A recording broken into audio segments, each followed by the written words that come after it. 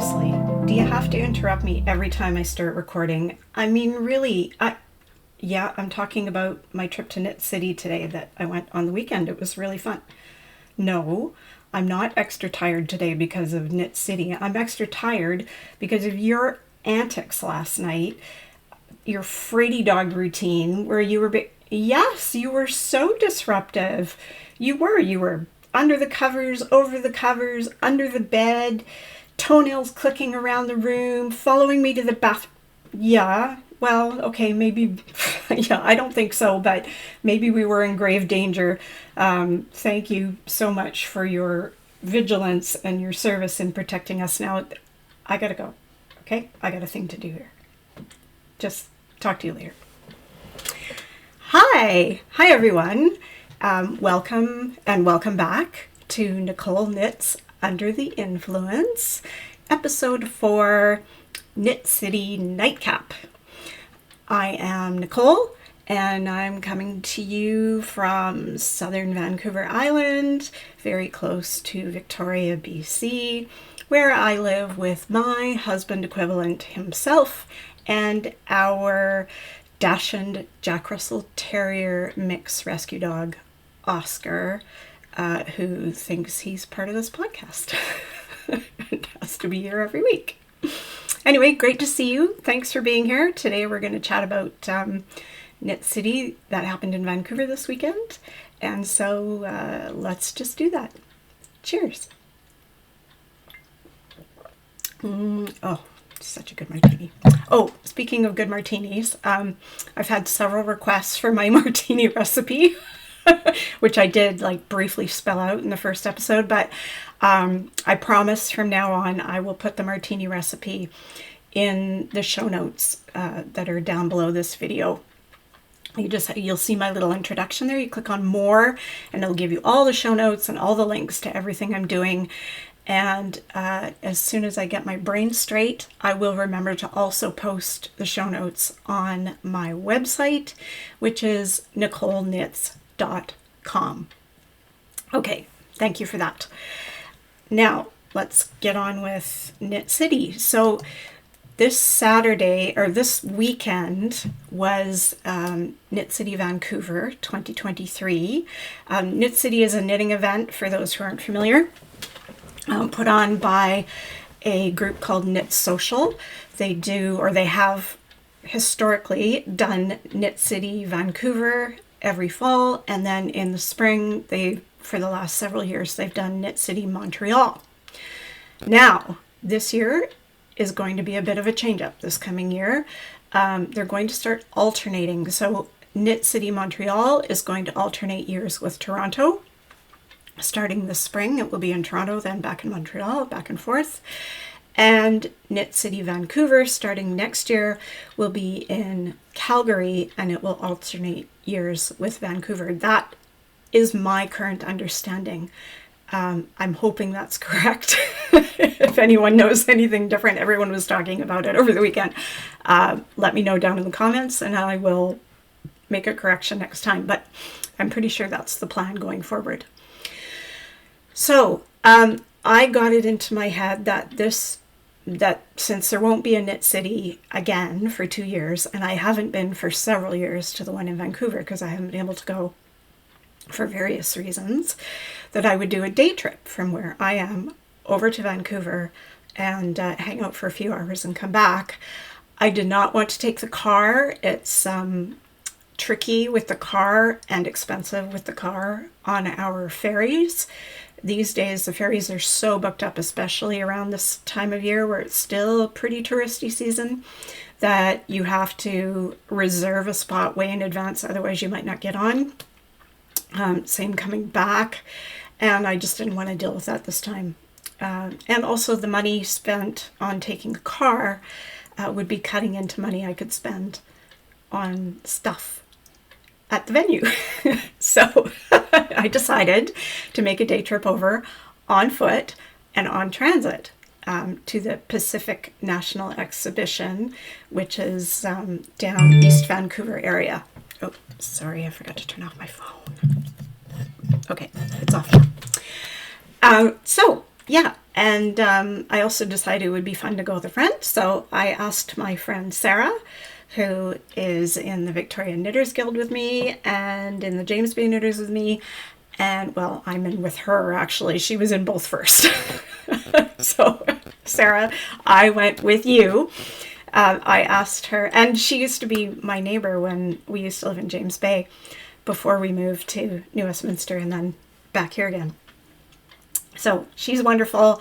I asked her if she would go. She graciously said yes, she would go on this crazy adventure with me. And off we went. So we got on the ferry. Apparently 11 billion other people also decided to be a walk-on on the ferry on Saturday morning. As you can see, there are 11 billion people who were there. So it was busy. It was a very full ferry.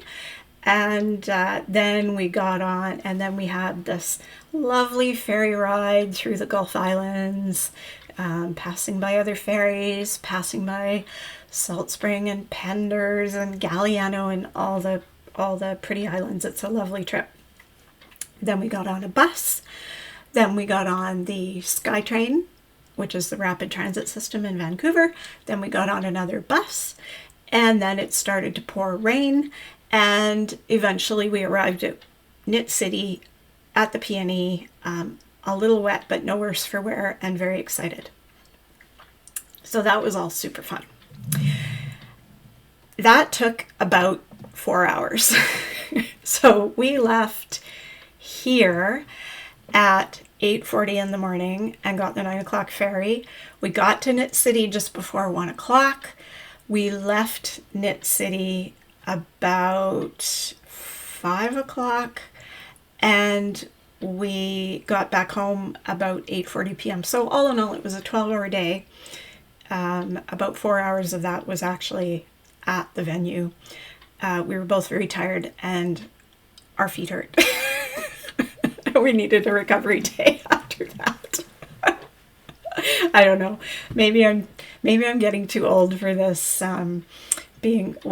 maybe I'm not too old. Maybe I'm just too out of shape for this being on transit most of the day, that kind of traveling. Anyway, whatever. We had a good time. It was an adventure. So the first thing I noticed when I got into Knit City was that it was smaller than it had been in previous years when I went. There were a lot fewer vendors. There were still about 70 vendors, which is a lot. But when I walked in to the hall, which is quite big, it seemed half empty compared to how it used to be. And I was, a little disappointed about that. And also, I found there weren't that many people there. Like, it didn't seem as jam-packed full of people as it used to be. And there may be a few reasons for that. One being, they do hold a lot of workshops during the day, especially Saturday. And, probably a half to 3/4 of the people who were attending Knit City were actually in workshops at the time. So that could be why. The vendors did seem to be happy and busy. A lot of them that had special kits and things put together were already almost sold out of things by the time we got there on Saturday afternoon. So that's a good indication that that shoppers had been there and they were doing okay. So that was all good. In the end, it turned out just fine that there were fewer vendors, because it took us most of our time there to get about through half the booths, and then we started to get a little burned out. After a while, all of that beautiful hand-dyed yarn, and there were lots of beautiful hand dyers. I'll show you one of them that I purchased while we were there. All starts to sort of blend together. I mean, it's all gorgeous. Lots of spectacular colorways. Of course, people like to bring all the sexy colors, the brights and the multis and the things that look flashy and impressive on the walls. That's not really the kind of yarn I knit with these days. So although absolute eye candy, no doubt, it wasn't what I was shopping for. And we'll get to that in a minute. I'll show you. I was very restrained. I'm quite proud of myself, but I will show you what I bought in a minute. First, I just want to talk about one of my favorite things about knitting shows is the sweaters and the shawls and the samples, the things people are wearing, the samples in the booths. It's just so nice to be able to see all of these patterns that I'm so familiar with from scouring Ravelry and all the emails that I get and all the podcasts that I watch. It's really exciting to see those knits live and in person and on people, as well as on dress forms in the booths. And so there were some great kind of, what do you call it, candid shots I snuck of various people. Careful not to get their faces, because I don't think it's fair to do that to people, even though they're in a public place. But you'll see the shots of a few of the sweaters that kind of caught my eye while we were going through. And the sweaters on the dress forms were also incredible. They were, there was colorwork piled on colorwork piled on colorwork. There was cables piled on cables, and lots of mosaic knitting. There's that mosaic. Yeah, mosaic again, Oscar. Yeah, I know I talk about mosaic a lot. There's a good reason for that. It's fun. It's a great way to do colorwork. Anyway, there was quite a bit of mosaic knitting. There was a shifty on this mannequin, which is one of Andrea Mowry's slip stitch. Mosaic and slip stitch knitting colorwork, by the way, is the same thing. Mosaic is sort of a subset of slip stitch colorwork, which is the overarching category of that kind of colorwork. So there was a shifty, there was this gorgeous shawl in the blues. I love this. That was slip stitch. There was this pink that might have been a shifty, I'm not sure. Also this pink one. There was a gorgeous wrap here that also is mosaic. There was just a lot of it. And then the other thing there was a lot of were love note sweaters. Yeah. So love note, I just got a snap of a couple of them. There was this lady wearing this beautiful blue version with some sparkly bling in it, which is not my thing, as I'll talk about a bit later, but still gorgeous. And there was this love note hanging in a booth with a ranunculus. I saw probably half a dozen other love notes around the venue in booths and on people. And they all were great. Now, this is a love note that I'm wearing. This is mine that I knit 3 years ago. Love note is a very popular pattern designed by Tin Can Knits. I've talked about Tin Can Knits before. And how popular, you ask? Well, let me tell you how popular. There are over 12,000 love note projects in Ravelry, including mine. And if there's 12,000 posted up in Ravelry, there's even more that were knit out there that are not on Ravelry. Not everyone in the knitting world is on Ravelry. Hard to believe, but true. So the original love note is often knit. It's of course been knit in every yarn under the sun, but it's knit on very large needles, I think like 5 or 6 millimeter in a very large gauge, like 16 stitches to the inch. And it's generally blended a fingering weight, whatever, with a lace weight mohair or mohair blend to get a kind of, what do you call it? Cloudy, fuzzy, or there's a word. I've lost the word. Anyway, to make it kind of fluffy and filled in. I can't wear mohair. I can't wear any mohair. I put it on, and I've probably talked about this before, and it just like bites me. So my version, I mean, they're beautiful, but my version without mohair, the fuzziness comes from a cashmere. Yeah, I know, poor me. I have to use cashmere instead of mohair to get that fuzzy, fluffy aura.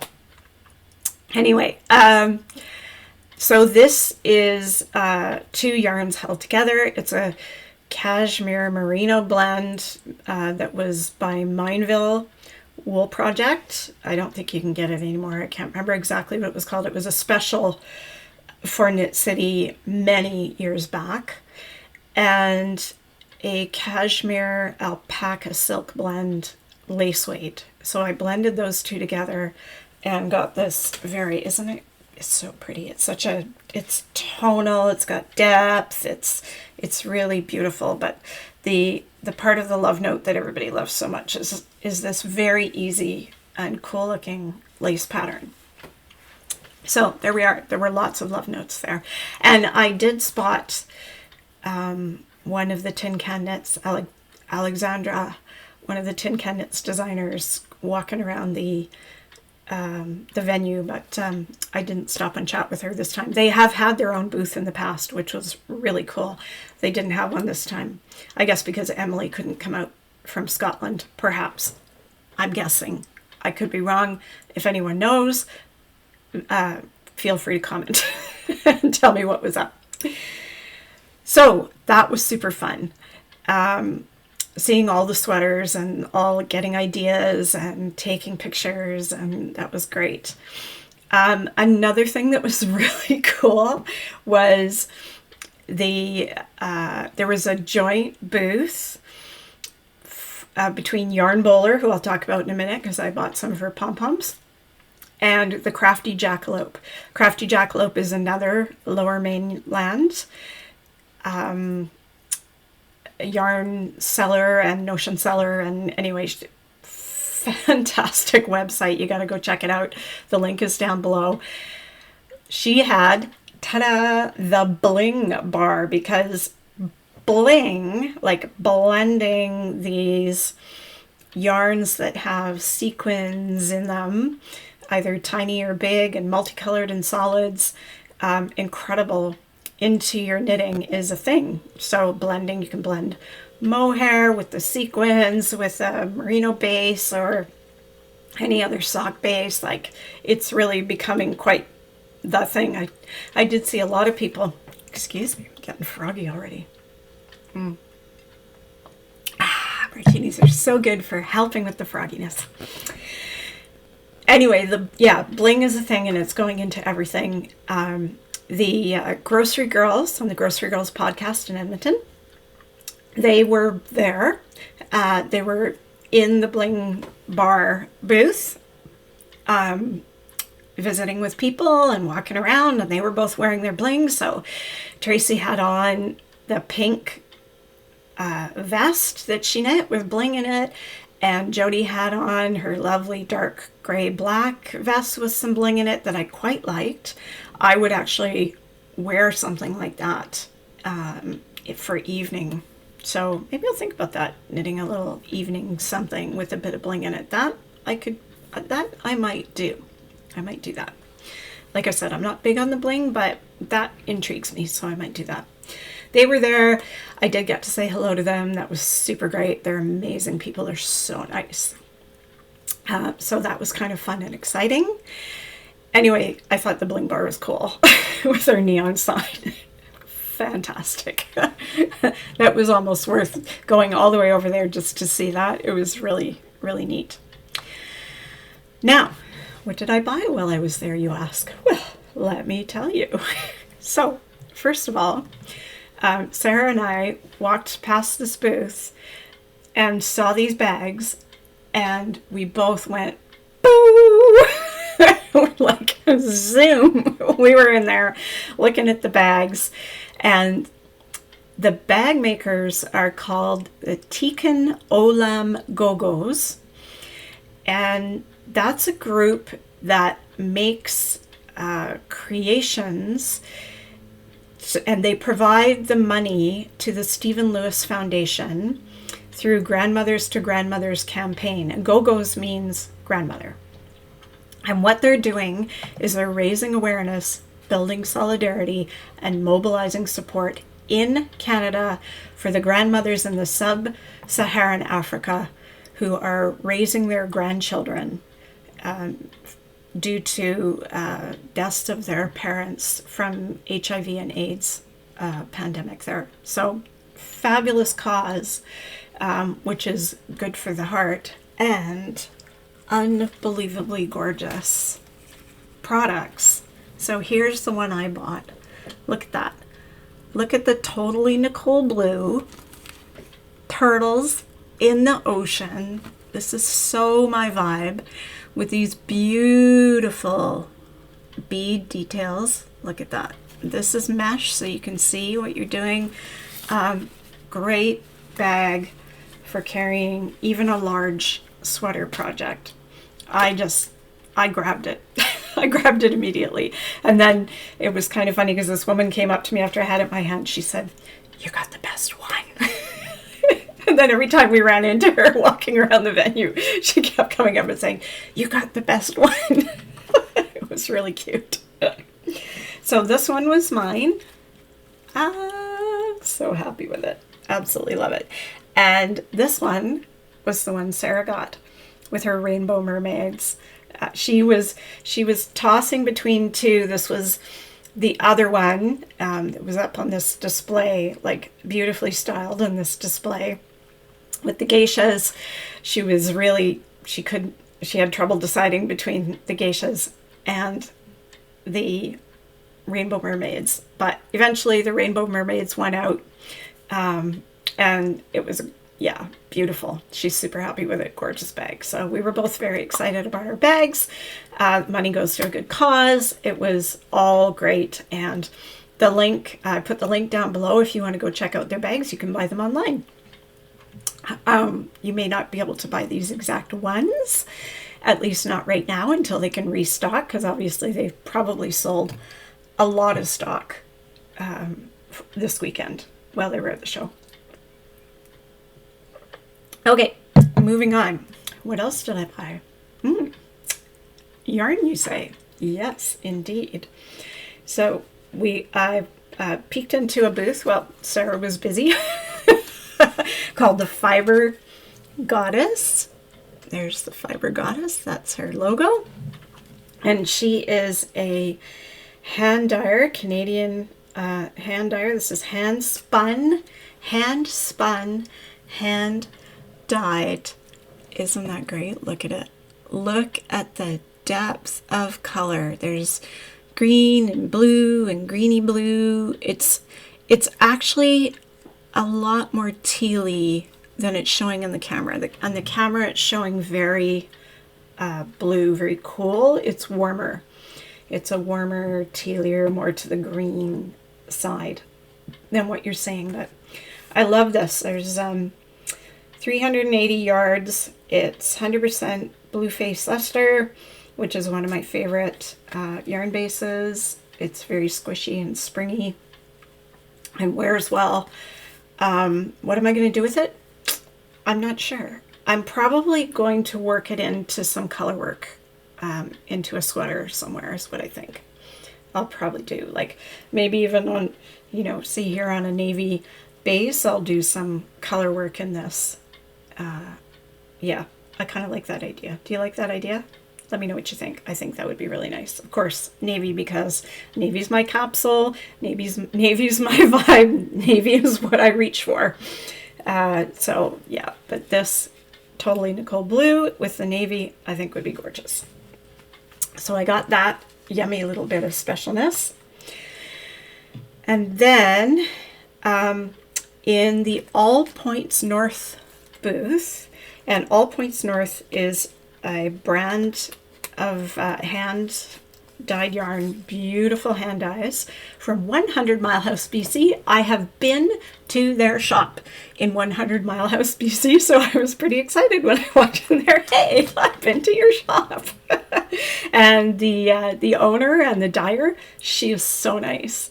And she has amazing taste. She does beautiful hand dyes. Sarah scooped herself up a bunch of gorgeous worsted. I don't know if she sent me a picture. I don't think she did. Anyway, absolutely spectacular. And what I did buy in their booth, I found something that I don't already have. And that is teeny, weeny, tiny circular needles. Look at them. They're just teeny. So these are Chow twist lace interchangeables. And these are 2-inch and 3-inch length tips. These are 2-inch length tips. 2.5 millimeters because I wanted them to try it for socks. I want to try knitting socks in the round on the tiny needles. I just want to see how it goes. I've always done 2 at a time magic loop, but I'm going to try a sock in the round on the tiny needle. Obviously, I can't do 2 at a time because I'm not on the magic loop. But I want to see what it's like to do it that way, because when you're doing color work in the round, anytime you have a break with double pointed needles or magic loop where you've got a break and you have to kind of bring the needle around and switch, and you lose the continuity of stretching out the stitches on the needle, it can cause puckering at that point. It can cause looseness, puckering, like your tension kind of gets a little sketchy. So I want to try a pair of colorwork socks on these in the round and see if the stranding is easier this way. Just gonna test it out. Anyway, they're so cute and tiny. So this is the short cable with the short tips. There's a slightly longer cable. There's a so they're 3-inch tips. I can't remember the length of the cables. Yeah, there's a 5-inch. This is the 5-inch cable, and there's a 6-inch cable, and you can kind of interchange and make 9-inch circs, 10-inch circs, 11-inch circs, 12-inch circs, like lots of different variations with these tips. If I'm excited about this, there's a whole set of these super short cables and tips in all the sizes. They came in this adorable little tiny pouch, and it was like $180 for this adorable tiny little pouch. I wasn't going to do that without testing it out first and making sure that this was something that was going to work for me. So at some point, I'll let you know how this goes when I finish all my whips and I can start casting on new things. Remember, I have to finish all my whips. I promised. So there was that. In the Yarn Boler booth, Yarn Boler is, and the reason she's called Yarn Boler is because she travels around in a Boler camper, which is one of those really cute little towed campers that you tow. See her symbol, her logo. It's so cute. Anyway, she's in North Vancouver and she makes spectacular faux fur pom-poms. So I bought this one. Look at the tips on that. Isn't that incredible? It looks like bird feathers. It's so amazing. I love it. She said she can't get, I should have bought more of them. She can't get this faux fur anymore. She can't get this fur with these tips, so won't be seeing too many more of these. I mean, maybe she will someday, but right now she can't get it. And then I also got this one, which I love. Gray, blue, with brownie black tips. So cool, right? So either one of these will go on the navy Dreamweaver hat. I'm going to knit a sample of this hat that I designed with that lovely woven slip stitch design. I'm going to knit it in a dark navy bulky yarn that I have, and one of these pom-poms will land on top. So you'll see these again at some point. So that was pretty exciting. And then we went to the Ancient Arts booth, and oh my God, the samples in the Ancient Arts booth. Oh, so first of all, I saw this and I just stopped dead in my tracks, and I stared at it and I stared at it, and I realized that it was mosaic. All the color work was mosaic, slip stitch knitting, and textures and the colorway, everything about it was just all the things I love. So I hemmed and hawed for a while while Sarah was picking out her kit. This is Sarah's kit. Isn't this gorgeous? Sorry, I can't remember the name of the project right now, but I'll put it down and I'll write it up here because it's just, I'm drawing a blank. And I'll put it in the show notes down below. I'll put links to both of these. So I bought the kit for the Roman Villa shawl. Look at it. Isn't it great? I'm so excited about this. This yarn, oh shoot, I meant to look up what these sheep are. I've never heard of these sheep before. Manx, Lotan, I think, and Punta Arenas. I've never heard of either of them, but it's a blend of those two, apparently. But here's the colors. Check it out. How amazing is that? Don't you love it? Look, there's kind of a tealy seafoamy blue. There's a dark kind of charcoal. That lovely honey gold, a deep red, and a sand color. Oh, I just love this. Now, I am not a big fan of either triangle or crescent shape shawls. I will tolerate a big rectangle wrap sometimes, but I don't like scarves and shawls and things that I have to wrap around and style and pin and keep shifting. I like something that I can put on, stays put, looks great, and I don't have to think about it again. So this shawl, as gorgeous as it is a big crescent shape. So what I'm going to do, and I've done this before, is I'm going to redesign that shawl into a rectangle like I did with my Andrea Mowry Night Shift. So this is the Night Shift by Andrea Mowry that I redesigned into a rectangle, and then I brought a short end around to a long side and sewed it together. I'll just stand up so you can see this.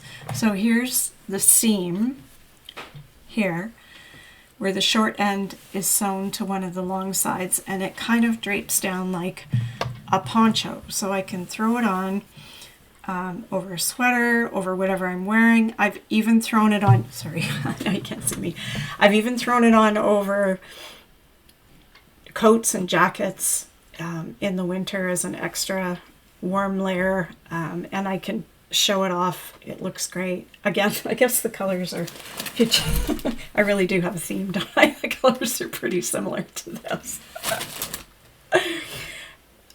Yeah, so this is what I'm going to do. I'm going to redesign that into a long rectangle that I can do the same thing with and sew it to one side and wear it this way instead of as a crescent wrapped around my neck, because this looks gorgeous on her and it's beautiful for photography shots when you're standing around looking cute. When you're active and moving around and driving and shopping and bending and standing and all that kind of stuff, this drives me nuts. It won't stay in place and I have to keep, you have to keep adjusting it. You tell me what you think. I mean, you might be fine with these kind of shawls and you pin them and they stay put and you're all good. It just doesn't work for me. This works better for me. It's my jam. It's my thing.